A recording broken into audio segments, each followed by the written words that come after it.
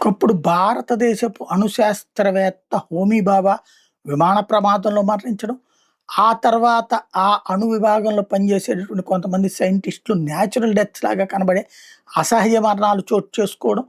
నంబి నారాయణన్ లాంటి వాళ్ళ మీద దొంగ కేసులు పెట్టి అరెస్టులు చేయించడం ద్వారా సుదీర్ఘ కాలం పాటు భారత ఇంజినీరింగ్ ప్రతిభని అడ్డుకున్నారు, తొక్కేశారు, నొక్కేశారు, చంపేశారు. ఇలాంటి కుట్రలు చేయడానికి డీప్ స్టేట్ వాళ్ళో లేకపోతే రష్యాకి సంబంధించిన కేజీబీ ప్లానింగ్సో నడుస్తుంటాయి. దానికి సాక్ష్యం లాల్ బహదూర్ శాస్త్రి గారు రష్యా వెళ్ళినప్పుడు ఆరోగ్యంగా వెళ్ళినటువంటి ఆయన శవంగా తిరిగి వస్తే దాని మీద విచారణకు కూడా కనీసం పోస్ట్ మార్టం కూడా అవకాశం ఇవ్వకుండా అంత్యక్రియలు చేసుకొచ్చినటువంటి ఇందిరాగాంధీ తను ప్రధానమంత్రి అయింది. అక్కడ అలాంటి సందర్భం కీలకం.